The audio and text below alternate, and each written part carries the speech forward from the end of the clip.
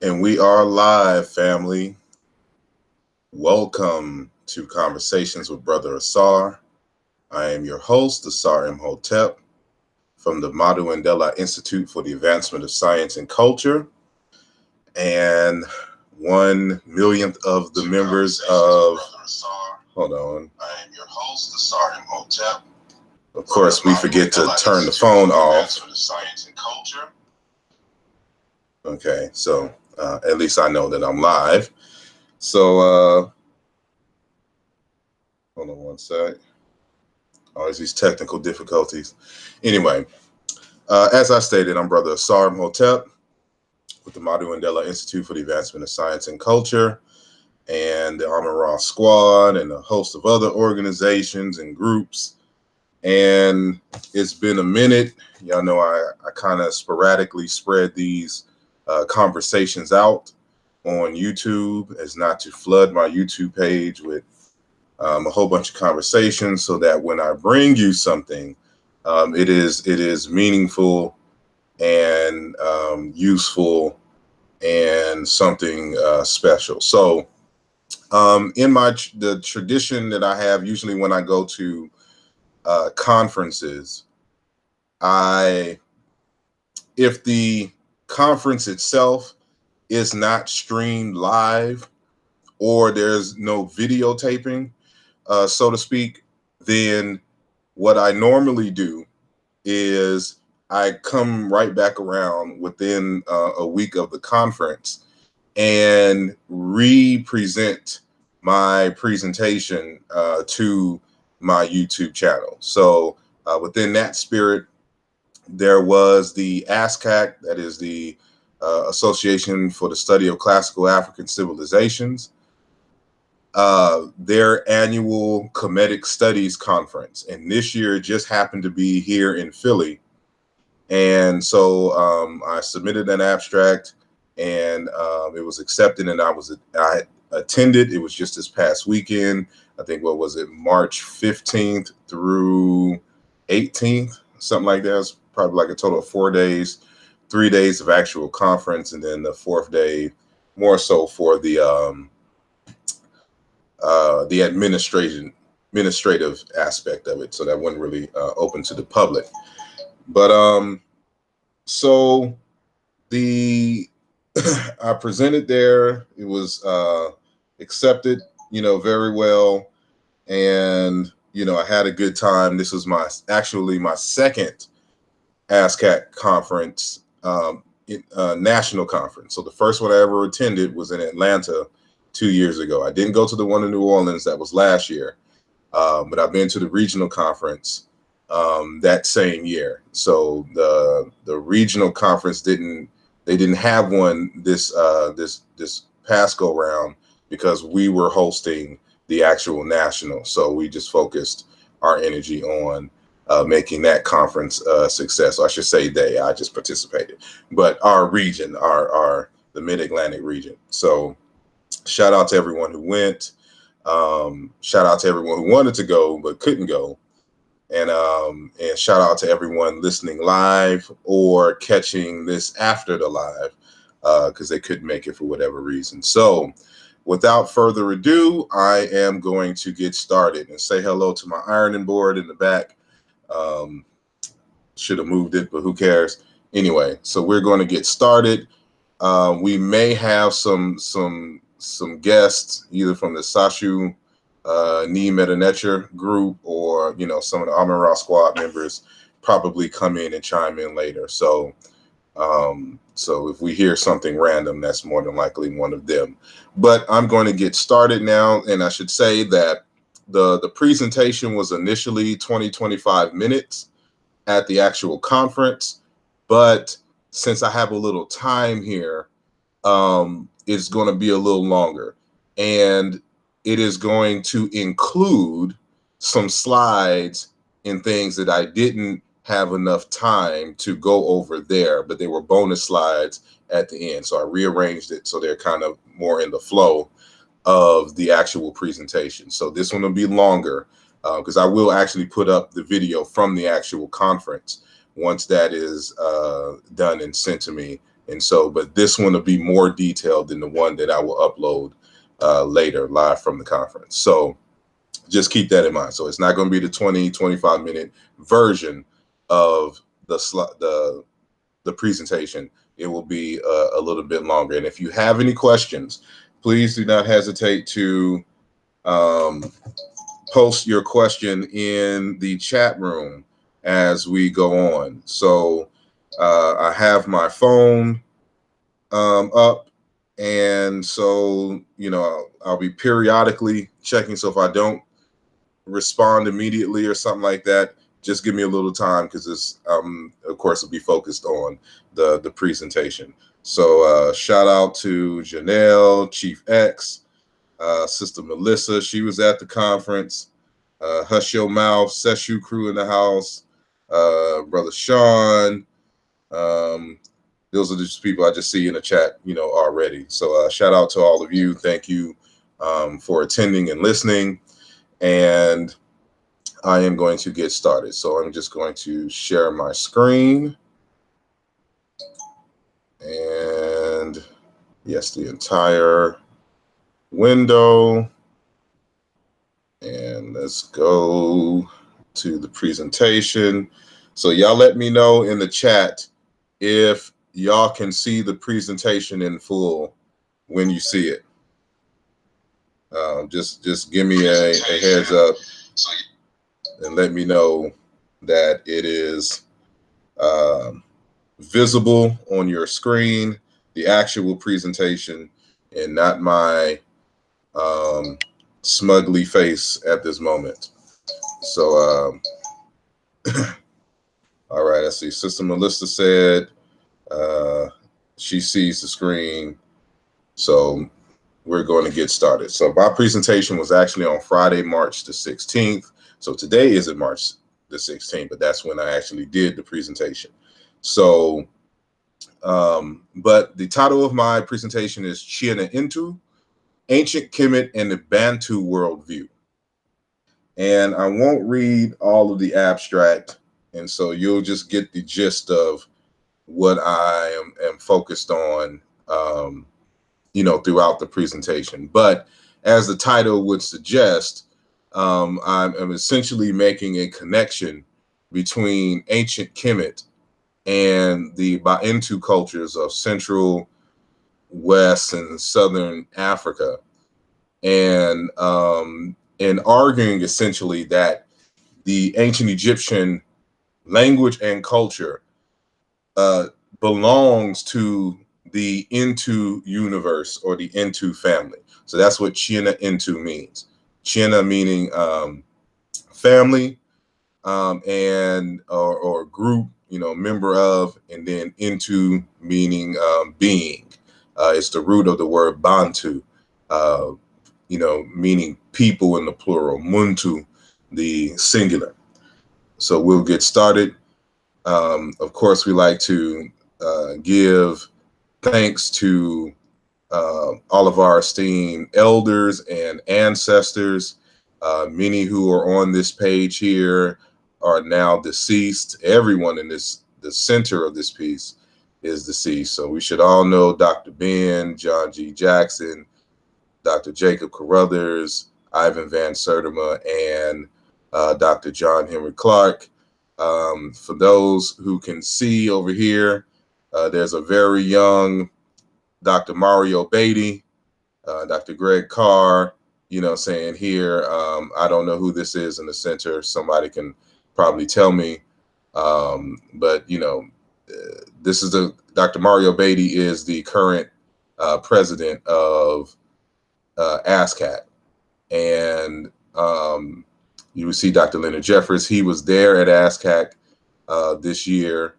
We should know Dr. Malefe Asante, Carter G. Woodson, the late Uncle Ra, who wrote the book Let the Ancestors Speak, and our elder Dr. Wade Nobles in the cut, Marimba Ani, a host of folks who have paved the way, Marcus Garvey, for us to do what we do, and those are people who I pay homage to, And in the case of the esteemed ancestors, pour libations for, and all have my utmost respect. And so it's in their names and on their foundation for which this presentation stands on. So there is much of this presentation that is found in my 2016 text, Nesubiti, King in Ancient Egyptian, a lesson in paronymy and leadership. But there's other aspects of this that are going to be released this year, hopefully by the end of the summer, in my upcoming book, Alluja Volume 2, Cyena-Ntu Science and Philosophy. This isn't the official cover. This is just something I made up in PowerPoint. So it looks like I actually have a cover, when in fact I do not as of yet. So, but that book is coming out. And so some of this information that is not in my Nesubiti book will be in there. So it's a continuation as far as this particular subject is concerned, and it builds on some of the things that were mentioned in Nesubiti. So, so I start off with Dr. Theophile Obenga. In 1993, he wrote this text that you see in the front. So this is him on the right-hand side. And he wrote this text, The Common Origin of Ancient Egyptian, Coptic, and Modern Black African Languages, written in French, and Introduction to African Historical Linguistics. And he is also the founder and one of the editors of the Egyptological Review of African Civilizations, the UNC Journal. And a very powerful journal. It actually still is up and running. They just are kind of slow, is because it's a tedious process, the way that they do it to actually create the journals.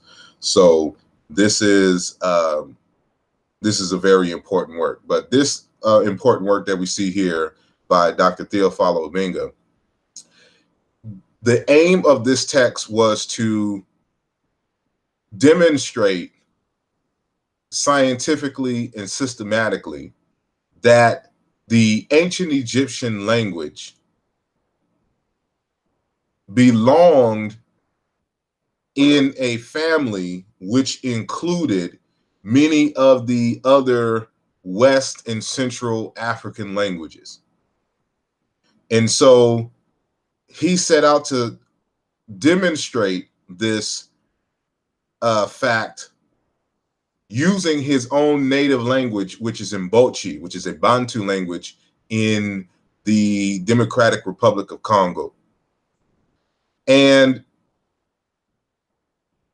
in the process of doing this, he used a number of supporting African languages that, by the standard of classification in Africanist linguistics, belong to a separate language family than what is believed the ancient Egyptian language belonged to. So a linguist by the name of Joseph Greenberg created these 4 language phylums, and the names are Afroasiatic, Nilo-Saharan, Niger-Congo, and Khoisan. As it currently stands, the consensus is that the ancient Egyptian language belongs to the Afroasiatic language phylum, and it is related to languages such as the Semitic languages, Omotic languages, Chadic languages, and Cushitic languages. There are other language families, as I mentioned, especially Niger-Congo and Nilo-Saharan. These languages include languages like Bantu, Yoruba, as far as Niger-Congo is concerned, Wolof, Fulani, the Kalajan, Nuba languages, of the Sudan, Gabaya and things of that nature. The so-called Nilotic languages, Nuer, Luo, just to name a few. And so the thought is that because these languages are supposed to be separated by these great phylums, that you would not find a relationship between the ancient Egyptian language and languages like Wolof and Bantu. Well, in this text, Theophilo Obenga demonstrates that that is in fact a falsehood, and that we have to reimagine and reconsider how we are classifying African languages. So he also sought to falsify the hypothesis, or the Afroasiatic hypothesis. And so in the process of doing that, he created a new label for a language family he called Negro-Egyptian, or Black Egyptian language. And so Negro does not have the same, connotation as it does here in the United States. When we say Negro, like you call someone a Negro today, those might be considered fighting words. And so, but that's not the case. It's just simply the French Latin word for black. And so he called his label, his language family, Black Egyptian. And so that was for political reasons, in part because the Africanists were arguing, especially Joseph Greenberg, that the Afroasiatic language family originated in Asia and was brought into Africa by these Caucasian Semites. And from there, the other language families, developed, and basically they adopted Afroasiatic from these Caucasian speakers from Asia. So, with Egypt being right there on the edge in the corner, that means the ancient Egyptians were in fact Caucasians. And this, would explain why, at least in their minds, why the Egyptian culture was the way it is. And they were able to accomplish what they were able to accomplish because allegedly they were Caucasian. So, however, the notion of his Negro-Egyptian, the grouping of the family, was not politically based. It was simply based on a systematic examination of African languages, and which showed that these labels and these borders given by Africanist linguists were in fact non-tenable. They did not exist. And so he had to created his own language family. There was a few problems, however. When we're dealing with science and we're grouping, especially languages cannot be grouped together by race. And so since the word black is used racially, it poses a problem because there's no relationship between language and biology, because a genetic population, a unique genetic population, can within one generation shift its language to another language that belongs to a totally different language family or group. The English language, when it came to the Africans, is a prime example, as a result of the transatlantic slave holocaust. And so while we are genetically African, we are linguistically European. And so you cannot base what language that people speaks based on their biology or their phenotype. And so this poses a scientific problem. And not only that, he didn't really complete his work. And so while he provided enough evidence, he provided the smoking gun, he provided the probable cause to move forward, he did not fully do a complete analysis that would warrant a Negro-Egyptian language family. And so it was still at this point in the hypothesis stage. And so he had an observation. So he was supposed to go several more steps to develop the Negro-Egyptian theory, if we understand how the scientific method works. And so that's basically what I just said there. This is a screenshot of his Negro-Egyptian grouping. And so we can see we have Egyptian, Cushitic, Chadic, Nilo-Saharan, and Niger-Kordofanian, which is basically Nilo-Saharan and, well, Nilo-Saharan's in another lane, but there are some who believe Nilo-Saharan and Niger-Kordofanian or Niger-Congo belong to a superfamily. But what he essentially did is he took out the Semitic language of Afroasiatic and Berber, and he created, he left Cushitic, he left Chadic, and grouped that all under Negro-Egyptian. But what he didn't realize is that the same issues that plague Afroasiatic also plague Nilo-Saharan, Niger-Congo. And so these are all invalid language families. These were not created by the historical comparative method. They're all based on Greenberg's mass comparison method. And, you know, that's another lesson for another time. But just know that the same issues that plague Afroasiatic indeed plague Niger-Congo and Nilo-Saharan. And so for him to group Nilo-Saharan and Niger-Congo in as Negro-Egyptian was also very problematic. So as I discussed, some epistemological problems with the Negro-Egyptian is that the label is race-based, which ultimately makes it unscientific. There's also confusion as persons can't distinguish between the Egyptian language and Negro-Egyptian as a language family. And so, you know, when I get into these discussions about Negro-Egyptian, they think that we're talking about strictly the ancient Egyptian language. And that's not the case. We're talking about a family of languages for which the ancient Egyptian languages are included with. So, so that is, you know, problematic. And as I just stated, it is not reconstructed using the historical comparative method. And so, excuse me as I took a drink.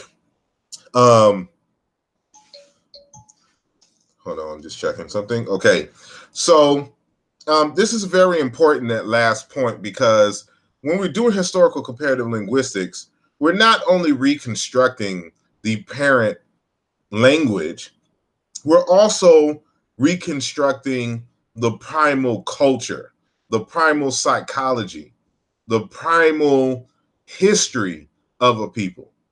And so there's a method, the historical comparative method allows for us to really do that. And so this is as a citation in terms of exploring the method here, this is the Oxford Introduction to Proto-Indo-European and the Proto-Indo-European World by J.P. Mallory and D.Q. Adams. So on page 117 of this text, they state, as it regards Indo-European, there is only one route to the reconstruction of Indo-European culture that offers any hope of reliability, and that is language. Although we might compare cultural traditions, behavior, or material culture among the different Indo-European groups, this exercise would be a very uncertain plunge into comparative ethnography or archaeology, and we would be forced to compare peoples at vastly different time depths. So it's only by systematically reconstructing the language that we can determine within the Indo-European family what is actually part of Indo-European culture that was passed down throughout the generations as these languages dialectically differentiated themselves and became distinct languages. So how will we know what is inherited in the larger primordial culture versus what was spread via hyperdiffusion, you know, via conquest or trade or something to that nature? Is only the historical comparative method in reconstructing the mother language allows for us to do that. And so this is why it's important for us to see what is essentially inherent in certain African language excuse me, in certain African cultures, how can we tell what is inherent and what is based on diffusion? The only way we can do that is if we reconstruct the family. So if Theophilo Obenga didn't reconstruct Negro-Egyptian, we don't have a scientific basis to say what is essentially historically of this African group and what is, you know, spread via diffusion, either trade or conquest, you know, or just simply, you know, borrowings and migrations and things of that nature. So that's why we want to reconstruct. And so with that said, in 2010, an electrical engineer who took 10 years to study historical comparative linguistics picked up where Theophilo Obenga left off.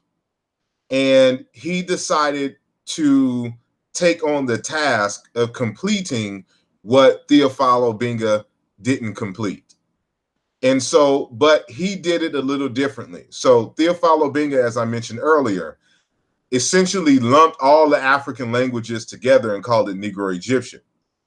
But with Mboli being an actual scientist, you know, he sided on the side of caution. He proceeded with on the side of caution, and he decided to dispense with all of the language families, given the fact that none of the language families were scientifically proven to exist. And so I don't know who came in the chat room, but welcome. I mean, who came in the, on the panel? It's Unk, bro. What's good? Black hey, peace, brother. Thank you for coming through. Absolutely. All right. It's Brother Unk from the Amara Squad. So yeah, so I'm going to continue. So with Jean-Claude Mboli, he decided to dispense with these unproven labels and to start from scratch and to see where the evidence goes. And unlike Theophilo Obenga, he only, see if you can mute your mic. He only stuck with a certain number of languages. And so Theophilo Obenga, you know, wasn't consistent with the languages in which he used outside of his own Mbochi. And so he would go across Africa and grab languages. And so Jean-Claude Mboli didn't do that. He just grabbed a number of languages which he thought might be related, and then he did the scientific experiments to actually see if that is the case. And so as a result of that process, he came up with a different schema of Negro-Egyptian than Theophilo Obenga. But before we go there, as I mentioned at the beginning of this talk, the Cyena-Ntu is the label that I have given Negro-Egyptian to deal with the race problem of the label. And so I got that name actually from who you see on the screen right now. That's Dr. Mubabinge Bilolo. And he wrote a text in French towards a Egyptian Coptic and Luba dictionary, or a Luba Coptic and Egyptian dictionary, if you read it backwards, actually. And so the Bantu, or kind of like the Bantu-ness of the Egyptian Coptic vocabulary, you know, in the essays of Homberger and Obenga. And so, however, he used this phrase for basically all Black African languages. And so that is untenable as well, because they may not belong all to the same language family. The only way that you can determine that is if you actually go through the process of reconstructing. And so when I use Cyena-Ntu, I'm not using it in the same way that Dr. Bilolo is using it to mean all Black African languages. I'm using it in a narrow sense to only refer to the languages that were demonstrated to be related by Theophile Obenga and Jean-Claude Mboli, but more so that language family, which for now was formerly known as Negro-Egyptian. So that's the label that I've given it. So the Ntu family. And so this is the kind of the grouping that you see of Negro-Egyptian. And so this is broken down into three primary stages. So you have the archaic Cyena-Ntu, then you have the classical stage, which you see kind of in the center here, which is unlabeled classical. And then you have what we call post-classic Cyena-Ntu.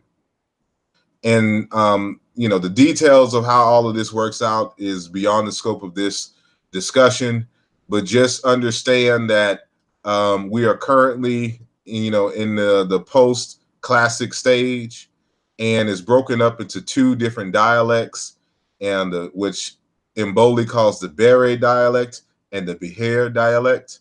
And the Bere dialect includes languages such as Hausa, Zande, Middle Egyptian, and the Beher dialect includes languages like Coptic, Songo, and Somali. And so those who are familiar with ancient Egyptian language, you will notice that Mboli separates Middle Egyptian from Coptic. And so the consensus is that Coptic, the assumption is by the consensus, is that Coptic is the last stage of a single language continuum that starts from the Old Kingdom. And but Mboli, through his analysis, suggests that Middle Egyptian and Coptic are two separate languages that belong to two different branches of Cyena-Ntu, the language family. So again, that's another discussion for another time. And so this is a reconfiguration of Mboli's post-classic Negro-Egyptian stage and the languages that come out of it. So, but again, remember that we're now calling it Cyena-Ntu. And so this, with this, I have color coded as well the branches. And so we can see that there's two primary branches, as I stated earlier, the Bere branch and the Beher branch. And then each one of those branches split off as well based on the accentuation, you know, or lack thereof, you know, on the syllables and how the shapes of words, you know, come about. And so, you know, but I want y'all to pay attention to the center, the green row or column here. And so the post-classic Cyena-Ntu stage, the Bantu languages, which I call Chi-Bantu, are the closest to this stage of the language family. And so it is a continuation of a direct continuation of that language family. Post-classic, or this stage of the language, post-classic Cyena-Ntu. And so Proto-Bantu or pre-Proto-Bantu is basically post-classic Cyena-Ntu. And from this pre-Proto-Bantu comes these other branches.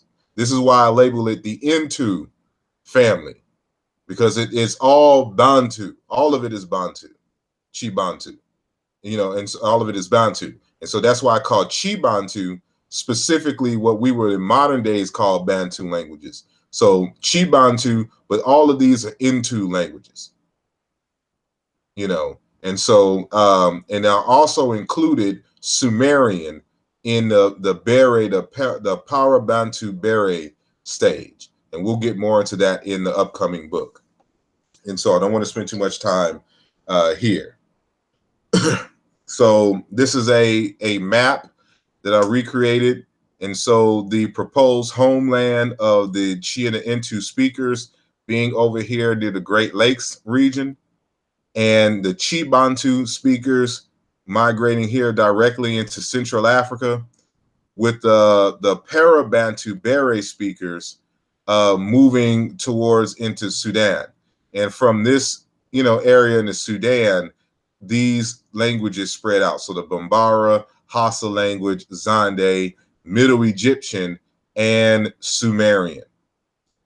And so this is another topic for another day, but I just wanted to give you some background on Cyena-Ntu and, you know, what types of conclusions based on our studies we have come to based on this Mboli model. And so what the focus of this talk is going to be is on the term nTr. And so I want to define what a nTr is by using the Ntu languages. The Ntu languages in general and the Bantu specifically.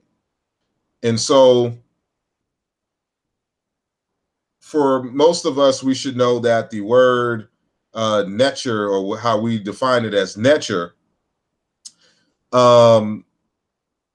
is defined as God.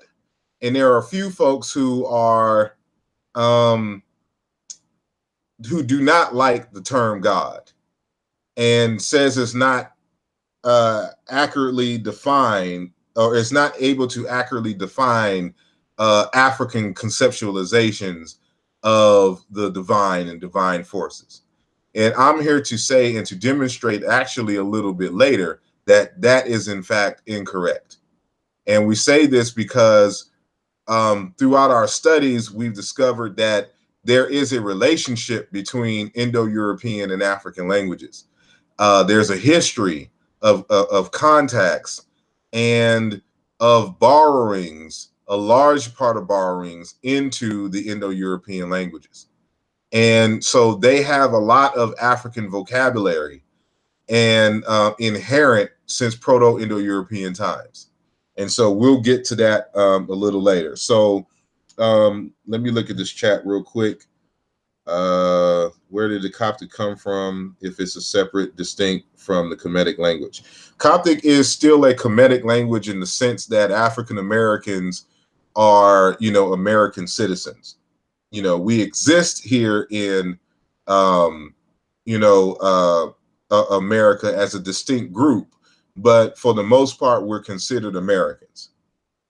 And so it's the same thing with Coptic. With Coptic, it's more so the issue is it's like the French and the English language. And so French belongs to a language line of Indo-European called the Romance languages, coming out of Vulgar Latin. But English comes out of the Germanic languages. They're both related languages. However, they belong to two different branches of the Indo-European language family. And throughout the course of history, the English speakers came into contact with the French speakers. So you should know that like in 1000 or 1100, the French actually invaded the island of Britain and took over London and ruled for like 300 years or so, 300 to 400 years. And as a result of that long-term rulership, the language, the prestige language was actually French in Britain. And as a result of that long extended period of time, the English language borrowed, quote unquote, basically 10,000 words from French. And so 70% of the English language is non-Germanic words. It consists of non-Germanic words. And there are also some grammatical features of English that were actually borrowed from French as well. And so we have the same issue in the same or a similar issue in Egypt. It is my argument that the Coptic speakers, the original Coptic, what became the Coptic speakers, the Late Kingdom speakers, were the original Egyptians who existed and lived there.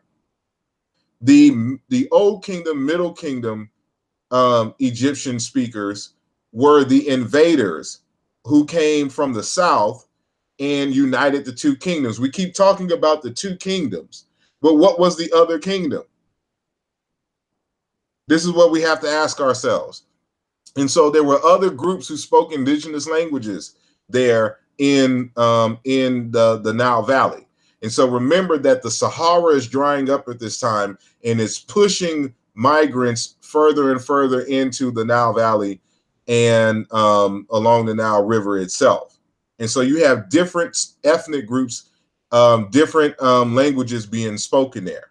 And so what we're calling Coptic is just one of those native languages, but it is not the same as Middle Egyptian. But like the English language, it borrowed heavily from Middle Egyptian because Middle Egyptian was the language of power and prestige. And so that'll be another topic. And actually, based on the question and answer that we had with Dr. Mario Beatty after my presentation, we're actually going to have, you know, an open forum on just what I'm talking about right now. So, so and I've seen her comment. I appreciate your careful articulation of the lineage of the language. You keep introducing topics for other days. I can't help it, but because it's so much involved, you know, with just what I'm talking about here. So those aren't necessarily the focus of this talk, but they are necessary to get the context for which my talk, you know, exists. And so I hope I answered your question. And so I'm going to continue now with the word nature. And so nature is defined in a number of ways in the Egyptological literature.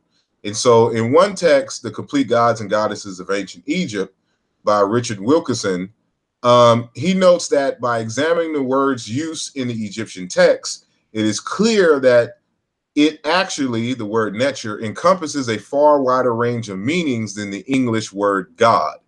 The category nature could include deified humans, famous individuals, and from the 30th dynasty onward, those who drowned, as well as benevolent and malevolent spirits. So keep these ideas in mind.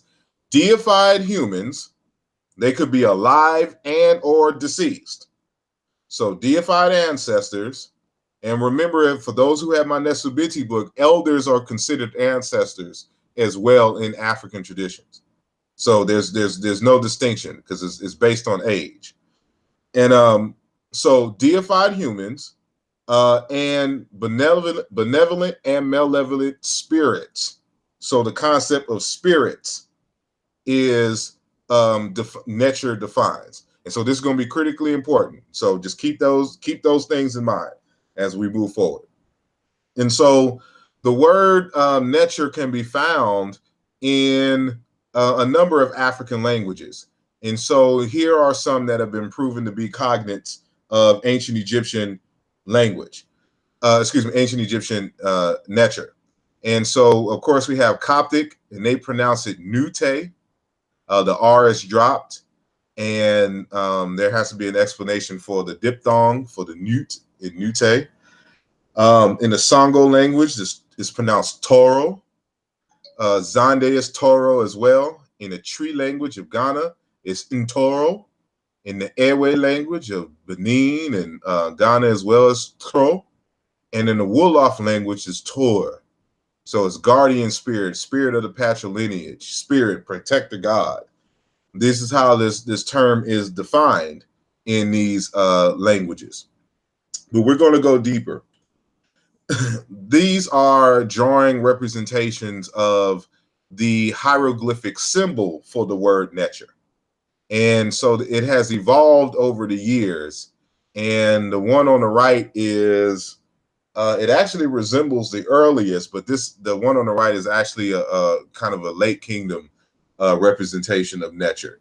The classical version is what you see over here on the left, which is a stick that is wrapped in cloth.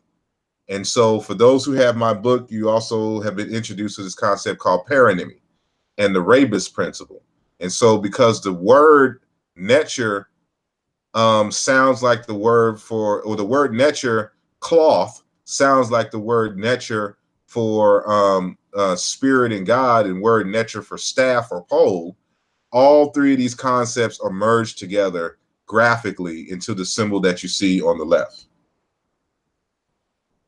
And so the one on the right is just a pole with cloth strips tied at the top. So that's what the hieroglyph is.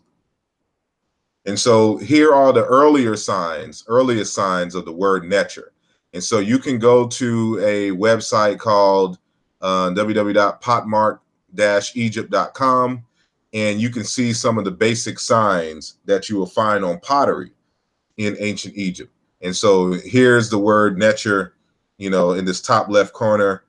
You can see it in a couple of the phrases. So this is pre-dynastic and early dynastic hieroglyphs. So this is how it is. So remember, it is. So this settles the case of if the nTr is an axe or not. It's not an axe. It's a stick with strips of cloth hanging from it.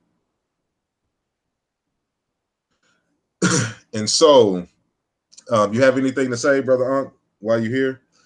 If you're listening still, before I move on. Yeah, I'm right here. I'm just getting in the car. Well, just real quick, I'm kind of getting understand. I want to kind of go over the part that Professor Clyde was talking about. I forget the exact term y'all was using.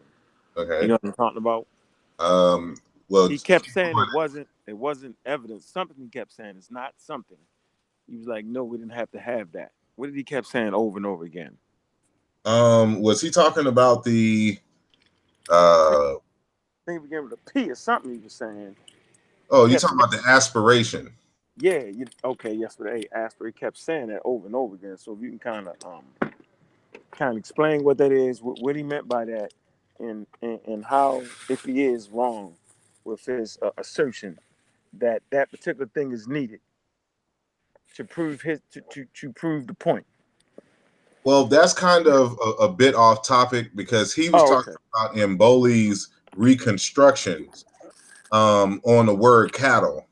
And so, in Dr. Clyde Winter's mind, any word in any African language that has an aspiration to it is a non-existent African word. And so he's prejudging without actually, again, of course, reading the book and seeing how Mboli comes to his reconstructions. So that's something totally different. Okay. Than what we're talking about. All right, and real quick, before you move forward, I'd just like to say, I know you wrote a few books on said subject, but in your mind, does the Egyptian language have anything to do with the quote unquote West African languages? Do you see any contact with that? Yeah. Does the Egyptian language or languages have anything to do with the West African languages? Yeah, at all. Yes and no. Okay, explain. Yes, in the sense that many of the West African languages and the ancient Egyptian belong to the same language family.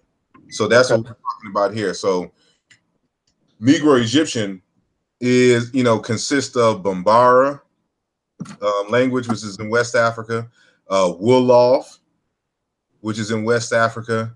We should also be able to include Yoruba, even though he didn't personally examine that language. But the Zande, Bantu languages, all of those are related to ancient Egyptian. So there's a relationship that way. Okay. And there is a relationship based on certain migrations and certain words and loans from some of the people in the Nile Valley in Egypt proper and the Sudan, who throughout its history, whether through wars or through drought, migrated in various different directions. So some have migrated down south, going towards Uganda, like the Collagen people. And then you have, for example, I think it's the Sango or the Zande, one of those. I think Sango actually derives from Sudan. But they now in the Republic of Congo in Central West Africa. Okay. And then you just have these other migrant groups, unnamed, who just became absorbed into these other West African communities, but who bring some of their culture and some of their languages, and certain things were borrowed into the local language. So it's a little bit more complex, but it's not a strict, West African languages came out of ancient Egyptian or vice versa. It's Right. not. I got you. All right. So we can't show kind of migrations and all that based off the language, based off of other things. Yeah, we I can think I show think I was migration. looking at. Matter of fact, Abu Bakr Mal-Salam has in his tech on the Fulani migrations, but some migrations from ancient Egypt is still in their oral tradition, going all the way into West Africa, into Senegal. Say that one more time. Repeat that one more time. I want somebody to hear this. Say it again. Hold on one sec. Let me. Text you just gave you. Yeah, so Text. it's Abu Bakr Musalam. His text is in French, the Sahara or the Valley of the Nile. And Okay. in this text, he cites this oral tradition and of migrations, by a person by the name of Yoro Jiao. So it's an oral tradition amongst the people, but Yoro Jiao decided to write down the oral tradition of them coming from this place in an early period. And so this was in 1822. No, not 1822. What was this? When did he write this? Was it 1855? It's something like that. It's between 1855 and 1919, I think, that he wrote this. So this is before Diop and them, and Diop didn't even know about this record. So it supports a lot of what Diop has said regarding certain migrations from the Nile Valley. But there's history there, and but again, that's going to be a little bit beyond.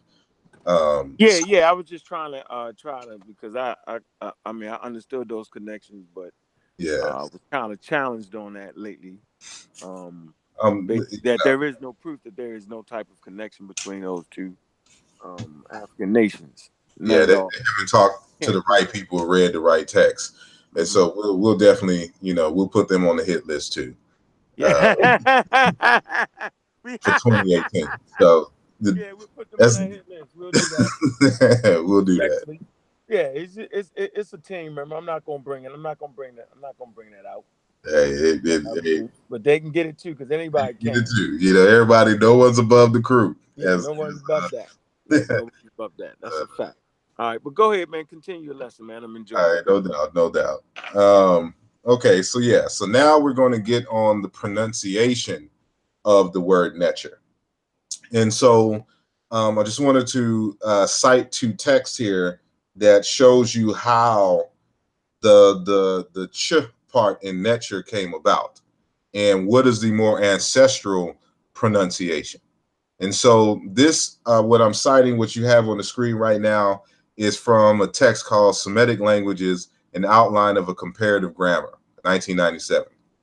And he states, the velar K, so K is a velar sound, is palatalized into ch. So it's a process in linguistics called palatalization. In various circumstances, especially when it is contiguous to the vowel I or E and U, or the U sound. Thus, the old Egyptian pronominal suffix ki of the second person feminine singular became chi, and it is conventionally transcribed as ch. So when you see the word netra transcribed with the T with the line under it, you pronounce it ch. So that's why we say netcher. But that ch was palatalized from an earlier K sound. So it wasn't netcher, it was incur, if that makes sense, okay? The Egyptian name Netcher, God, is believed to be related to Semitic incur, stranger, but it should perhaps be linked with Agal, Inkara, soul, spirit. Remember how Netcher was defined in the beginning as deified humans and spirits. And so in the Agal language, they keep the traditional pronunciation Inkara, soul, spirit. Also, T may be palatalized as, for example, the Semitic kat, hand. Well, that's not important for right now, but I just wanted to bring that as far as that source is concerned. So the ch in netcher is a palatalized velar. So the earlier pronunciation included a K sound. And so this one is, this next citation is from, and why didn't I put the page number? But believe me, it's there. In Black Athena, Volume 3, The Linguistic Evidence. And so he says, Martin Banal says, the hieroglyph for nTr, R8, was a cloth wound round a pole, which I showed y'all earlier, an emblem of divinity used broadly for gods, including deceased monarchs, deceased ancestors, and for the life force in general. Even more difficult to define is what we call the Ka, D28, but it should be Ker, because that grapheme is actually a nasalized uvular trill. It's an R sound. Embracing arms, and we'll get to that and show that symbol in a bit. It is a spirit or one of the Egyptian souls, a manifestation, agent, or doppelganger of a person or divinity.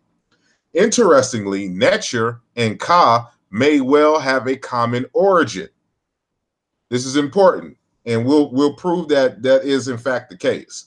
And so what we're saying here is nTr and the Ka are the exact same word, but the Ka is the more ancestral pronunciation, and nTr is one that went through a sound change due to palatalization. But they're the same word. So this is the case of either two different languages or two different dialects interacting with each other in ancient Egypt, as we mentioned before. So the origin of Egyptian T from an earlier ki or K, and the nasalized uvular trill as a liquid R or L were discussed in chapter 8 above. Thus, one could hypothesize a form in Kira, in which originally allophonic variants of K and Ki became phonemically distinct and palatalized, became the palatalized variant lost in the initial N, or the nasal. In fact, the hypothetical protoform exists in reality as Inkira or Inkira, soul life, in the Central Cushitic languages of Benin and Kwara. And Franz Collis pointed this out in his posthumous work published in 1936. So when you're looking for nTr in African languages, it's not always going to be pronounced as nTr. Some languages hold on to the more ancestral form of the word. And so the Cushitic speakers wouldn't know of a nTr, but they would know of Inkira or Inkira, Inkira or Inkira. These are two long vowels, in these Central Cushitic languages. So just wanted to bring these two different sources, which is essentially saying the same thing. So now that we understand the two ways in which the name was pronounced in African languages, and there are actually more, and we'll probably get into that a little later. But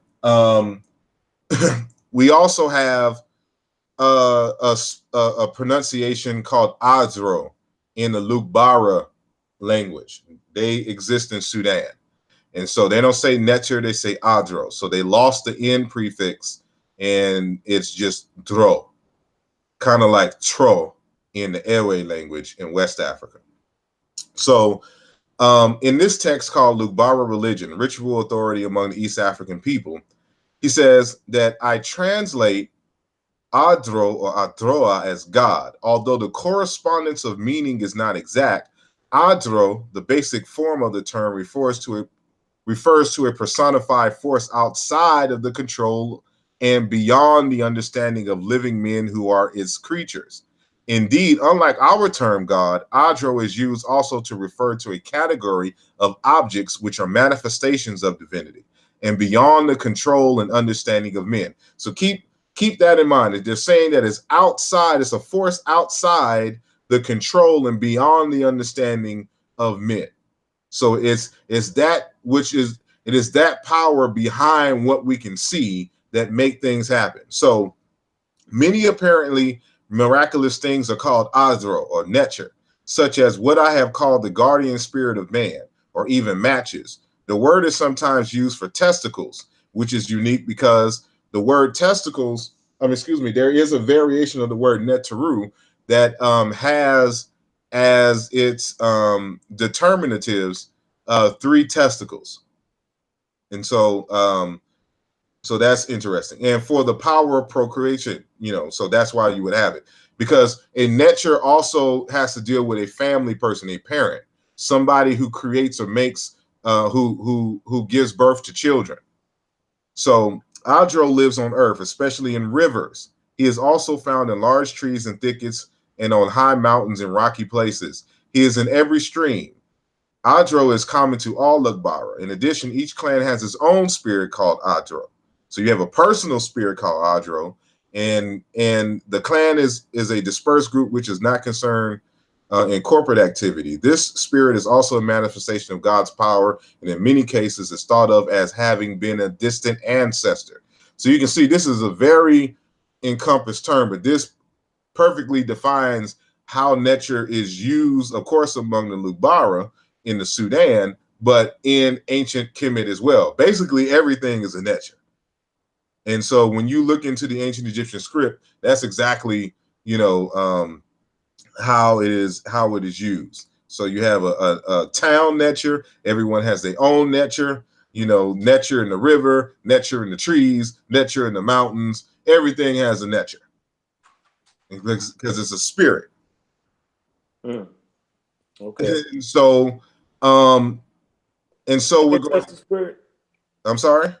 You was connecting nTr with ancestors, distant ancestors. Is that what you said? Distant. Yeah. So so remember that I said I don't know if you caught it in the beginning, but in the very beginning, when I was defining nTr in the Egyptological literature, in the book Gods and the complete book of Gods and Goddesses, they define nTr to include also deified humans, as well as deceased humans, as well as benevolent and malevolent spirits. You get what I'm saying? So when you see that word "dro," which is a cognate for nTr, in the Lugbara language, and they're defining it and using it in the exact same way, you can use Lugbara to get some insight into ancient Egyptian nTr, although we don't have anyone personally from ancient Egypt who can tell us that, but we can gain a sense of that by reading the literature and things of that nature. So, but I wanted to introduce this word here because even though this isn't necessarily defined as nTr, it has the same meaning. But I like this source because it perfectly defines what a nTr is, even though it's technically using another word. So in the Ga language in Ghana, they use a word called won or wo. And it is cognate with Middle Egyptian Iwon, a god, an epithet for Osiris. And in Yoruba language, it's Iwin, ancestors, ghosts, spirits. In the Ingos language, Won is ancestors, the living dead, shades. In the Bachama language is Won, the demigod in charge of the dead, the demigod in charge of the kingdom of death. And that is Osiris. And so remember, if we see the first definition, Iwon, a god, an epithet for Osiris. And then we see amongst the Bachama people, they have the same word exactly for a demigod who is the king of the underworld, just like Osiris is. But in this text called Religion and Medicine of the God People, 1937, Field defines what a woe or won is among the God. And he says it is anything that can work but not be seen, and includes the smaller beings of specialized and limited activity associated with medicines and magic. So it's those potent ingredients in medicine, a won. But it's, remember when we was defining nTr, the Adro, and it's anything that is beyond the understanding and the control of men. Yeah. Meaning it's invisible and stuff like this. This is what it's saying here. Anything that can work but not be seen. So in modern times, what do we call anything that can work but not be seen? God, right? Besides that, what do we use gravity, in physics? Gravity. Not gravity. Not gravity. What we call anything from the hidden? Physics. In physics. Oh. Shit. A dark matter? Well, they don't say dark matter. They say dark what? Dark energy. Okay, so what is energy? Energy can't be created nor destroyed. Besides that characteristic of energy, it's the ability to do work. To do work constantly, a Yeah. regular current. So anything with power, the words for power and energy are defined as the ability to do work. That's the noun of it. Okay. You get what I'm saying? So that's all it is. So when we've been saying energy for the longest, that's how it's technically defined. Mm-hmm. Yeah, You you know. know I'm feeling that though. You already know. So we can use it. So when people are talking about having a relationship with the gods, and they try to dismiss physicists, they don't know their own culture and they don't know their own traditions. Facts. Okay. So this is how we ground this stuff. I'm sorry. Well, Go ahead. this how you help. This how you help ground me, because I can't stand the word God, but just based off of just reading the work, and just like something like at any moment you just got to be ready to change the paradigm on what you like and what you don't like, and just have to deal with the evidence, and then get a clear understanding of what is meant in the African traditions when you're using the word nature or God.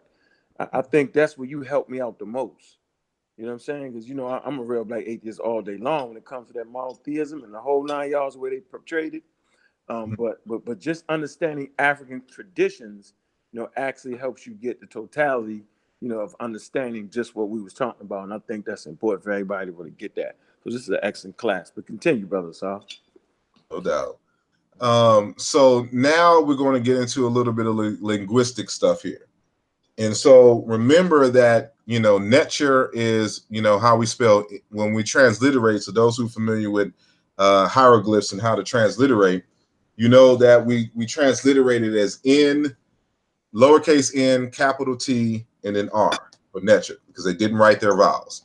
But it should also be Nkr, Nkr.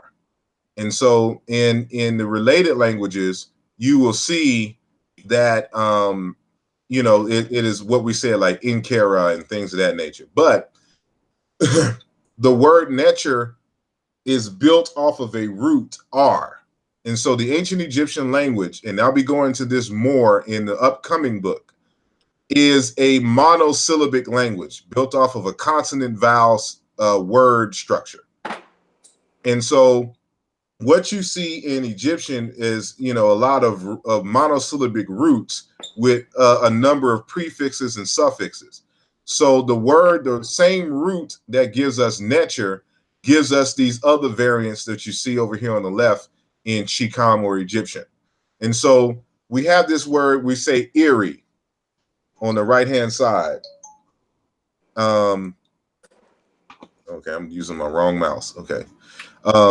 So if my mouse is moving, you can see it. Eerie, and I highlighted and I bolded and I made red the correspondences here. So where the Egyptian has the J, I'm using the German transliteration schema, or the I right here in the front. Chiluba has K. So we have Erie. This is the root which will eventually become nTr. The R root. And so in Chiluba, we have Akula, oral, Akula, talk, speak, utter, express, Wakulu, language. Then we have Iri, to make, to act. Then we have Bukole, power, energy, ability to make things happen, to do things. So when we talk about power and energy, that is the noun form of the verb, a verb which comes from a root for a verb that means to do, to act, to make, or to create. So this is essentially what a god is. A being that acts, a being that creates, a being that makes something happen. So again, here built off of the same root. It's a being that does work, that puts in that work. For all the hood brothers, in the hood, you had to put in work before you can be get your thug status. So same thing here. So and there's a Heban in the Kordofan language, they still pronouncing giro, work. And so the word Iru, ancestors, in Chiluba, Bakulu, ancestors. And you can see these correspondences here. So here, if there was a K in this last variant in Chiluba, it was dropped. But they still had the same words. So we can see the correspondences here. They're regular. We can speak of cognates. And so now, comes the real. So remember what I said, that the R sound in nTr is the root of the word. Then the ch is a prefix, and then the n is a prefix. And so this root in Egyptian chikam comes from R, meaning to separate, to or towards something. In Chiluba dictionaries, it's defined as to make, leave, or exit from oneself. In other words, to throw. A sound, an idea, speech, or an object. To emit, to express, to speak, to introduce, to put, set, make, push, dispose, arrange, apply, put out, place, or to lay down. To do something, to make something move forward. That's essentially what that R root means. It's in the word keper. It's in the word per. Even in in French, it's per. It comes from this root. And so, we have Erie, to make, to create, to engender, built off of that R root. And so in Chiluba, it is Ilela, or you could say Kole, as we did earlier. So Ilela, make, a, to do, for, in favor of, versus, to the disadvantage of, launch. When you launch something, you launch it forward. To the disadvantage of, sure, against, towards, in, and then when it has this prefix, this G prefix with the agent prefix in, is pronounced ingila. It's a person who acts consistently, an agent, a doer, an agent, man of action, good marksmanship, a marksman. And so this form in Egyptian, Eru, maker of something. It's a maker, a creator, a doer. And so this same root in Chiluba gives us Inkole, Inkwele, God, and which is the form that you find here in Egyptian, nTr, God. Inkole, Ngole, eminent or powerful man. So remember that the kings were called nTrs. Well, why is a king called a nTr? Or an Inkole, an Ngole? Because the king has the ability, has all authority to make things happen. They can command and order people to get things done in the community. They have the power, the ability to make, the ability to act, the ability to work and make things work. That's why they are gods. You can't be a god and not be a creator or doer of something. You can't be a lazy bum talking about we gods. And so this form, as we mentioned earlier, Bukole, Bukola, force, energy, spirit.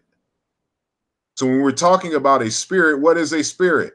It is an agent, an invisible agent that makes things happen, that creates things, that pushes something forward, that expresses. That's what a spirit is. It's a force of energy. It's just energy. And then we have this other variant here in Gulu, strength, physical power. And so we also mentioned that there's a word nTr has to deal with water and streams and things of this nature. And we can see these variations, in these African languages. So in the Zande language, they say Motoro, God, Watoro, water, in terms of rain. In the Lugbara, remember we said Adro, God, but also Adro found in rivers. Adro, guardian spirit. And then in Wolof, Kurtor, protector God. Then the word Tor, libations. So you of course you pour libations. So when they define God as that which you pour libations for, there's a reason for that. Because there's an association between water and God, but by way of paronymy. And so in the tree language, in Toro, the spirit of the patrilineage, then you have Intro, river. In Egyptian, you have nTr, God. Then you have Iteru, river. Nether, stream, canal. Nether, water house. Nether, lake of the Nether in Lake of Nether in Nethru. And then you have in the Ijo in Nigeria, Toro River is where we get the word torrent from in English, meaning river, or fast, rapid river. And then in the Hebrew, you have matar, rain, and tal, dew, dealing with water. So you see how these concepts, come together. So keep in mind this water, spirit, the ability to do work, all of that comes together in these conceptualizations of nature. So, but as we mentioned earlier, the ch comes from a K sound. So we should be able to find the same type of correspondences with a KR or KL variant of the term. And this is exactly what we have. So among the Acholi and Luo people, the word for river is Kulu. For divine spirit, Jok Kulu. The word for ancestors, Kwaro. The Chichua people, Kolo, ancestors. Remember Bakulu in ancestors in Chiluba. In a tree, Kora, river. Takora, the divine spirit, God. Guare, to purify or to wash in tree. In the Hausa language, Kwara, river. Ukure, ancestors in Hausa. In the Yoruba language, Olokun. Okun is the word for sea. That's the cognate for the word nature, meaning stream or river or waters or lake. Is Okun. And matter of fact, Oshun, which is also a river, is cognate and is the palatalized variant of Okun in Olokun. And so O being the prefix for owner of the sea. And in the Hebrew language, Imkor, river, lake, Makor, spring. So I'll leave this up here a sec, but for those watching, after this has been recorded, you can pause at any time and take notes of the correspondences. So we have the word Ngole, which is an eminent or powerful man. Nkole, Nkwele, God. And so we see the symbol over here in ancient Egypt for the Nether symbol, for an eminent or powerful man. That's why that symbol was used for Nether. In the Collagen language, Ukulo, God. And in Proto-Bantu, it's the word ko, to become strong. And the stronger you are, the more you can do. When you are weak, you can't do anything. You just lay in the bed all day, sobbing. But once you get some of that strength, you're able to go to work. Fellas know what it is when you have that woman over and something of your nature gets strong. You could put in some work. But if you're sitting there limp, you can't put in no work. You're not strong. You're not in Kole. You're not nature at that moment. And so the hieroglyph for the hawk should also be represented as nature as well. And in Chiluba, they don't say the equivalent. They have another word that they've adopted for hawk, but they have maintained Intala for just a male bird. But in Collagen, they have Curit, a type of hawk. And in Proto-Bantu, Kodi, hawk. And so the nature, this is all nature. All three of these are nature. And so, but we know based on Proto-Bantu that this word Kodi, hawk, is built off of this word here to become strong. And this word Kodi also applies to alligators, lions. It has anything to do with ferocious beasts who are predators, so to speak. And so that's why those animals are named nature. They come from this root meaning to be strong, to be powerful. And it's the same root that gives us the word for God, the power of force. And so I also highlighted here, of course, these correspondences in the red, the consonants, but I want you to pay attention to what I highlighted in the blue. And so you notice that the majority of these pronunciations have a O or a U as the first vowel. That's not by coincidence. They're all related in the same way. And so this is how we know that the Greek spelling of Horus, because Horus is a different dialectical variation of the word nature. We'll get more into that in the book as well. But it's built off of this Cody, hawk. But this becomes palatalized, it becomes chor and or hor.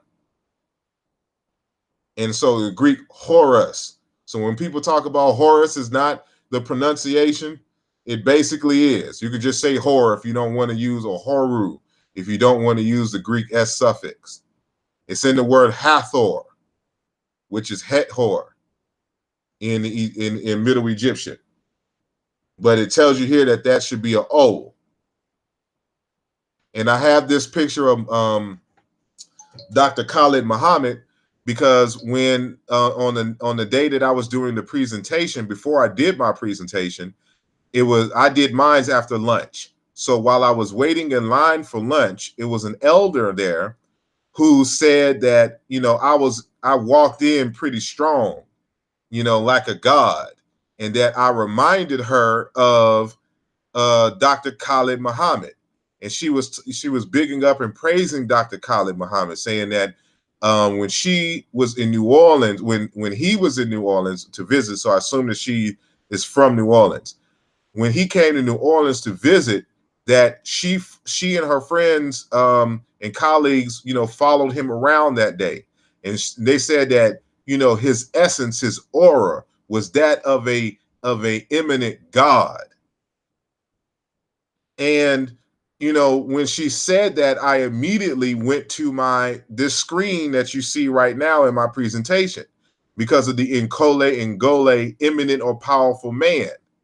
And so at last minute, I went on the internet and found this picture of Khalid Muhammad and put him in this slideshow to show you, you know, one of our netchers, one of our Nkole, our Ngole, our gods, our eminent and powerful men, and what that looks like here in the States.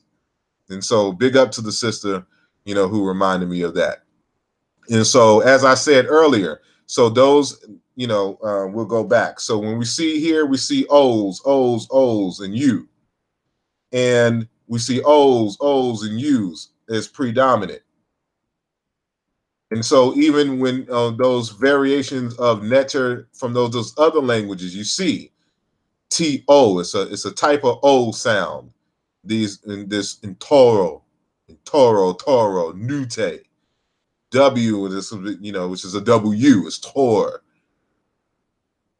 You know, this, so when we're talking about pronunciation, it's more likely not Nether, but, you know, in Toro, like which we have in tree, in Toro. That's probably the more accurate pronunciation of the word Nether. And so you can't have a Nether without a Neterette. And so this is another eminent and powerful being. You know, Nether Mukulu Inkwele, the goddess Harriet Tubman. That's who you see on the right here. And so there was a lot of talk about Harriet Tubman, so I put her in last minute, you know, in this slideshow as well. But this is the feminine form of this term. And so now we're going to get on why this notion of, you know, the concept of God in English, you know, accurately defines what is God in Africa. And so the etymological dictionary, one of many, says that the etymology of God in English means supreme being, deity, the Christian God, image of a God, godlike person, from Proto-Germanic Guthan.